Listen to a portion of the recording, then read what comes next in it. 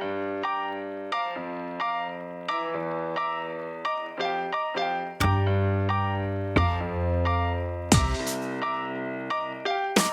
everybody, welcome to Joey and Friends. My name is Joey, and I'm here with one of my friends, Sebastian Fernandez. Wow. I put a little salsa on Fernandez for you. You did put a little salsa. You made sure you accentuated the tilde Yeah. in my last name. Thanks for being here. You're welcome. Good morning. Good morning. Good to see you. Always. I didn't tell you what we were doing, I have and you no didn't clue. ask. No, I didn't ask. I appreciate that. I didn't ask. I knew it would be fun. Thank you for the trust. We, next year, will have known each other for 10 years. Do you know that? Wow. That's actually crazy. Yeah. 2017, we met. Wow. Yeah. I'm sorry. It goes no. What a blessing you've been in my life. It goes fast. It's crazy because they were adult years. You know how time moves faster as an adult than as a kid. Like Dane and didn't Christian, know that, but that makes sense. Dane and Christian, I feel like I've known since before time began. Yeah. You know what I mean? Because we were like kid friends. Yeah. Whereas I've only known you in my adult life. Right. And the time just moves faster. Right. So you still kind of feel like a newer friend, but you're not at all. I know. It does feel that way. You go way back now. It does feel that way. We do go way back. We met probably at that hoedown that everybody, the RPYA hoedown that everybody met at, Logan and a whole bunch of us. Mm-hmm. And it's been a time. It's been good. And now look at us going to horror movies late at night. Yes. Crazy. Yeah. No, it's been great. It's been great. I wanted to ask. There's some questions I wanted to ask, like about Hearth and about all that. Yeah. I'm curious. I know you're proud of Hearth, and I know you like love it so much, and I'm sure it's like, you know, it's this thing that you're like deeply proud of. Mm-hmm. Do you ever get tired of talking about it, or are you always kind of excited to like have a conversation about it? I've never actually been asked that. Okay. Like, so what I mean by that is like, I don't know that I've fully come into the like, my feelings haven't caught up with where my actions are. So I don't even know if I ever really feel like, oh, I'm so proud, like you did this crazy thing. Oh, okay. I'm still in this like, we're not done yet. Oh, okay, We're not great, done yet. great. We're not done yet. We're not done yet. Yeah, So- yeah. And I don't actually talk about Hearth as much as I think people would assume. Because I rarely bring it up, and I think friends also rarely bring it up because they're like, "Oh, that's all he does. I don't know if we want to talk about it." Oh, okay. Okay, so the reverse happened. The reverse happened, where it's okay. like, there's like, "Oh my gosh, that's his life." Like we know, like, or that's what I'm assuming is happening. Okay. Yeah. I think that for me, I am also perpetually tired because of Hearth. Yes. And it also is like, there's so much happens all the time. Yeah. That I feel like, I would say I'm more in the catch up phase where like I haven't sat down and that's kind of something I'm working through with the Lord, where I'm like, you got to sit down and relax a little bit. Yeah. Like take in like what you've built with your friends and like what God's built through this business and what that looks like. And so what does it being done look like? Or is it just never done? Well, I think that's the part that's hard for me, is that I've always been like 7 steps ahead of where my actions are. Yeah. Now my actions are 7 steps ahead of where my heart and mind is. Yeah. And so I don't know. I have no idea. Yeah. I have no idea. People ask me all the time if I want to open more restaurants, and one day I'll be like, no, there's no way. And then the next day I'm like, yeah, I think I'm thinking a coffee shop in Ventura. You were joking about that with me like a month into Hearth. A month into Hearth. Like, I know what I'm doing next. Exactly. Yeah. Where it's like, I think I need to like pull the reins on my brain a little bit sometimes. And I find myself, just like outpacing my actions and thoughts. Yes. But I think, when does it end? To answer your question, when does it end? I think the vision being to redefine hospitality makes me realize that it probably won't be just one. And that the end is not when I say, it's when God says. And so the plan is just to continue to build until I hear from the Lord, like, okay, hospitality has now been redefined. Yeah. And whether that is one restaurant, or 18 restaurants, like I don't know. I talk with my mentor a lot about that. I don't actually know how many it's going to take to redefine this thing. Yeah. I think when you publish a book called Hospitality Redefined. With your face on it. The hope is that it's like I just recently read a cookbook that was a cookbook that didn't have recipes in it, had really pretty pictures of food. Oh, okay. But was about there's this book called Monk, and it's about his life in Kyoto, Japan. It's like an autobiography. Oh, cool. So I was like, wow, That's that'd be a great. cool book to be in cookbook form. Yes. But it's about redefining hospitality, servant leadership, That's and cool. all the things that got me to where I am now. How do you feel like people define hospitality now? What do you think hospitality means to people now? I think there's a couple senses of hospitality. Yeah. And I tend to come across all of them because there's the believer sense of hospitality, right? If you love Jesus, you understand that hospitality is it's like not necessarily, it's a gift, right? So hospitality is a gift that is given to you by Jesus. Okay, That makes sense, right? Yeah, and sure. then you're now able to be hospitable. Yeah. And because it's not normal to be super hospitable all the time. No. It's not. And so so that's like the Christian sense of hospitality, where it's like it's this God-given gift that you are able to have, like people in our lives that we know have it, like Crystal and Danny. I think me and Kelly. I think the Jaloyans. Yeah, like, totally. Very clear people that it's like, oh, we like to, the Partingtons. We like to host. We like to serve people. We like to be there for people. Yeah. And then there's the other sense that you find in fine dining, that is acting. Oh. It's like, no, we don't actually care about these people, but if we pretend to care and we like are there for them in this moment, then they will feel like we're being hospitable. Yes. And then they'll like do the thing. They'll be like, oh my gosh, thank you so much for coming in. And they'll turn around, roll their eyes and go, oh my God, I can't. I'm so glad they left. Yeah. So that's like the fine dining approach, where it's like, well, I don't want to pigeonhole all of fine dining. I think there is some fine dining that's genuine, but I think that a lot of restaurants that I've experienced are on that sense where like they've become really good actors. Yes, totally. Right? Because they know that that's what's good.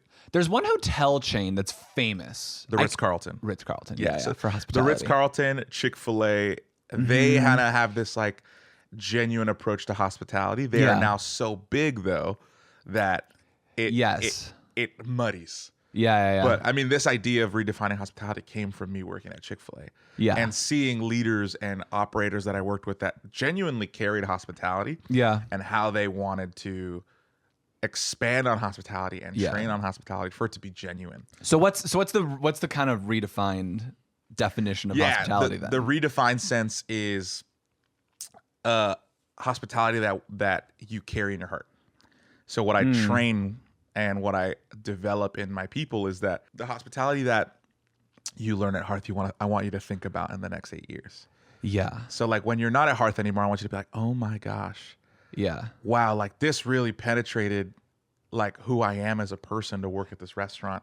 Because I'm actually caring about this employee that I now have, or I'm caring about how I manage this person because I realize the effect that I have on people. Yes. And that is kind of the sense of redefining, where it's like we care more about the effect we have on people. We care more about what our actions and our words say. Oh, yeah. Than just, hey, get the job done. If you can't get the job done, you're fired. And it's even broader than like just an experience. Right. It's way broader than like a service, for sure. Yes. Like one day at Hearth. It's more of like, can we continue to poke at the heart? Yeah. And like, how do we lead with the heart? Totally.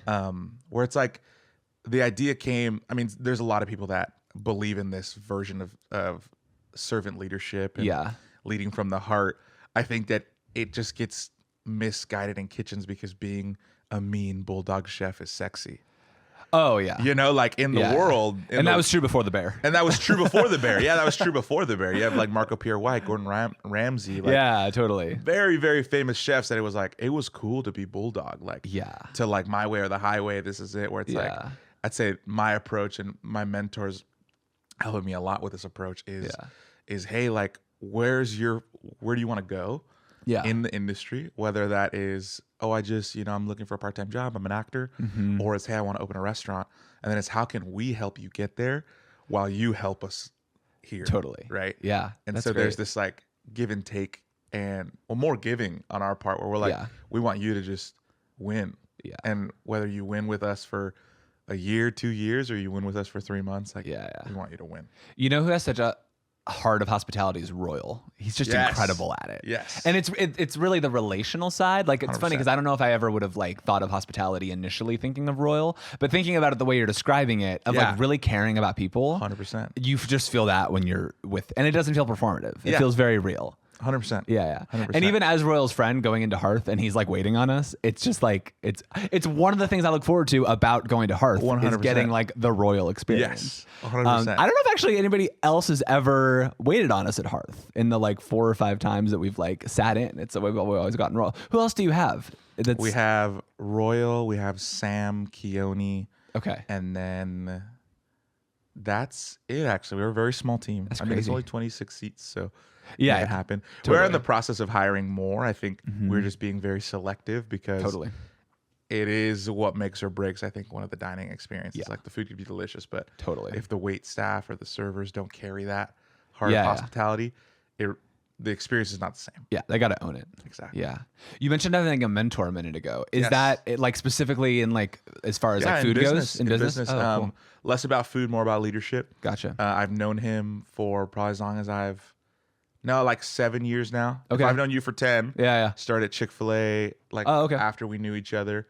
I met him, Derek Morton. He is incredible. He's just been a craftsman when it comes to leadership. Like, absolute craftsman. Yeah. I shot him a text when I opened Hearth and was like, hey, I need some mentorship and leadership. Like, I don't know as much as I need to know, and I want to know, and I want to grow in. Totally. And he hopped on board, came to the restaurant, enjoyed it. Now we've been meeting like once a week, talking about leadership, servant leadership. That's great. How to approach different problems, different situations, and also how to follow Jesus while you do it. He's a pastor on Sundays. Oh, that's great. Yeah. Pastor on Sundays, and he's a servant leadership director at Chick-fil-A during the week. Yeah. And then he mentors me once a week. That's great. I love that. It's crazy. I've called you my hero in the past because I think it's just so cool that you did a thing, right? We did a thing. Because I think something I like believe is that everybody has an idea for a thing. Right. Everybody has an idea for a book or a movie or a project or a business or whatever. And it's like, you actually did it. And I don't know, having known you for so long, sorry if this feels too like personal, but like there was a stretch of your life where you were kind of trying a lot of different things. And I probably would have described you as like, maybe even like a little bit flighty. For sure. If that feels fair to say. Yeah. Where it's like, oh, now the thing that Seb's doing is like starting a restaurant. I don't know. It's not that I didn't believe in you. I think I believed you had the ability to, but it is such a like, it feels like such a 1 in a million shot 100%. Of like pulling it off. 100%. And as a creative who has a lot of ideas and has executed on a few, like there's a lot of things I've wanted to do that I haven't done for whatever reason. And so I'm curious, do you feel like you know what it was, what the ingredient was, not food wise, like kind of execution wise that got it over the not the finish line, because you were saying it's not, you feel like it's not done, but like in a sense it's done. It happened, right? It's open. What was the secret sauce of like actually executing on it? Do you know what I mean? Yeah. I just think about this a lot. Like this one I do get asked often. People are like, how'd you do it? How do you do something? How do you take something from A to B? I think it's delusion. Okay. Like I say that as a joke, but I say that like actually kind of serious. Like I think it's delusion. It's like falling in love with a vision so hard that you're like, it's gonna work. There's only one option. It has to work. It has to work. And it's burn the ships, as Dane says. It was burn the ships. Yeah, like it was very like, okay, this is the thing. Like we're gonna do it, and that's it. And and in my brain, since starting Seb's Woodfire, there was never a moment that I was like, this is not gonna work. Every single day, I was like, this is gonna work. This is the thing. Totally. I think also like from the flighty Seb to the kitchen Seb, there was a lot that happened. Yeah. And so I think it would be a disservice to say that none of that experience helped me. Yeah. Where there was I had gotten fired, terminated from Chick-fil-A multiple times because I was I like to push boundaries. Okay. I like to push the boundary line, and it got back to me. I was young and I was just trying to push boundaries and figure things out and think of creative solutions that weren't necessarily Chick-fil-A. Gotcha. Chick-fil-A style. Yeah. So I got terminated. Yeah. And that kind of got me thinking where that was the first time I thought about like, oh, like this is kind of your personality. Like what job would be good for that? Okay. And, And I was like, well, you know, restaurants. You've been in restaurants. At that point, I'd been in restaurants for 4 years, working in like a poke shop. Yeah. I worked at a Mexican restaurant. Then I worked at Chick-fil-A. Mm-hmm. I was flighty, but that was kind of like the job that I always gravitated towards. Yeah. Mainly because I like to eat. Totally. And so working at a restaurant meant that I got free food. That's great. Right? Like I'm dead serious. I love the honesty of that. Yeah, no, that was like straight up what it was. Yeah. And then it was like, okay, so like this is kind of where I'm going. I think this is also like right when I married Kelly already. Mm-hmm. I got terminated the last time while we were engaged. Oh, dang. And so it was like, oh, now we got to lock in. Like we got to figure this out because I'm married now. Yeah. Like I'm going to be married and like I have to make money. And What's like, crazy this though is serious. is locking in is like getting a 9 to 5. Do you know what I mean? It's not like putting all this money into delusion. A crazy, yes. Well, let's go back to delusion, right? Yes. So my version of locking in wasn't, oh, like let me go work for someone. My version of locking in was let me figure out what I need to do so that I can work for myself. Yeah. So then I worked at a couple fine dining restaurants. Yeah. That was kind of that's the start of the like delusion of like, we're going to do this. I don't care what it takes. Yeah. After my stint at the Baker's Daughter, when I was running it, I was like, okay, we're doing this. We're ready. We bought an oven. We started doing pop-ups. Yeah. And then that's when I really locked into like, I'm married now. I have to make money. Yeah. I'm quitting the Baker's Daughter. Yeah. So I literally, in the name of delusion, knocked on brewery wineries' doors, emailed every single brewery winery in the area until someone said yes. Once one person said yes, I was like, hey, emailed everyone again with, hey, just so you know, Buddy's Wine, I'm doing Buddy's Wine on Friday. I can't do Fridays anymore. Let me know if you want me to do Saturdays. I'm there. And then that email like locked me into like so many spots. Wow, that's crazy. Because I was like, oh, well, by the way, I'm booked this day, so now you can't have me. Now you can have me on this day. And then that's in some leadership books. Then when I got whatever booked, that is, when I got booked on Saturday nights, I was like, well, we're not done. So then I was like, hey, I emailed everyone else at every coffee shop in Ventura. And I was like, hey, I have Saturday mornings open, Friday nights and Saturday nights I'm booked. Yeah. If you want me to show up. Yeah. One place, Findings Flea, was like, yeah, pull up. Yeah. So then I started doing pop-up, breakfast pop-up, pack up, dinner pop-up. And that was like, and business cards everywhere. Yeah. Then that led to catering, which led to a little bit more income, which led to we need a kitchen. We got the kitchen. Then we're like, man, this kitchen's expensive. Yeah. I wonder what's out there. But then we find the Hearth location. We're like, oh my gosh, it's only a couple $100 more than what I'm already paying. Yeah. Let's do it. Yeah. Then it's like, oh, this actually has potential to be a real restaurant, not just the catering kitchen. Oh, sure. Let's build it out. Yeah. Oh, we need investors. Okay, so same tactic. Yeah. Let me email everyone that I think has money that would believe in this. Yeah. And then once one person bit, I'd go, hey, amazing. We have one person. I no longer need this amount of money. I need this amount of money. Oh, yeah. And so we just continued to like envision and develop this like redefining hospitality in Moore Park, you know, a sleepy town, but we believed in our product and our vision more than we believed in the location. Yeah. That's so cool. It was a long tangent, but it comes down. No, it's kind of like, what I wanted to hear. It was, and there's moments that I was in Seb's Fire that I was devastated. Like I had to, you know, fill my car with like a half quart of wood and unload it by myself. And pack and prep everything by myself at that point. Like I didn't have, and then if I did want to hire prep, and that means I didn't make money. So it was like, okay, like not worth it. So I would be, all nighters, dough, think about 3 events in a day, all have pizza, sourdough pizza at different levels of fermentation that I had to manage to be out of the fridge all day. So one I'd do in the morning, one I would do in the middle of the night. I'd put one in the fridge, pull it out. At 7, they're both in the car. I have to use these 5 in the morning. These 5 have to make it in room temperature until 5 p.m. Yeah. Because that's when I need to serve it. So I'm doing all this by myself. At that point, actually, the most help I had was Neil's, Dane's dad. He was helping me a ton. And I remember that. Didn't charge me a dime either. Just for the love of the game. He just loved like what we were up to. And I think he saw the spark in my eye that I was like, this is going to work. There's only one way to win. People want to be part of something. 100%. Yeah. And I think some people are just waiting for someone to have a vision that they're delusional about, that they're committed to, and then jump on board. Yeah. Yeah. I can't, and if anyone's listening and they're like, oh, how do I get that? Yeah. I that one I can't pinpoint. I think I have ADHD, and Yeah. I think it's Yeah. like I don't know why cooking became the like thing, and then but I can look back and say, oh, that's been the thing God's wanted me to do since the beginning. Yeah. Like I grew up in a household that if you're hungry, you cook, right? I grew up. Yeah, you don't go out. You don't go out. Like Yeah. if you're hungry, you cook, and so. Which now I indulge in eating out a lot, which, Yeah. but I think that's because I cook a lot now, so it's a little different. Yeah. But yeah, I was like, oh, like you're hungry. My mom was like, okay, great. There's food in the fridge. Like make yourself something. Yeah. And then when I worked in restaurants, like I learned like a little bit more of the craft for food. Then in Chick-fil-A, I learned how to operate restaurants. Like, Yes. how much money do we need to make for this place to work? How much staffing? Yeah. How much food can we spend money on? Right. That's that Chick-fil-A was like the school of business. Oh, sure. And people. Yeah. And people. Like, Yes, definitely. people management and people skills. And is, they're like, known for that. Huge, and they're super Probably known for that. more than anybody else. Yeah. At least at that level. At that level, for sure. Is For sure.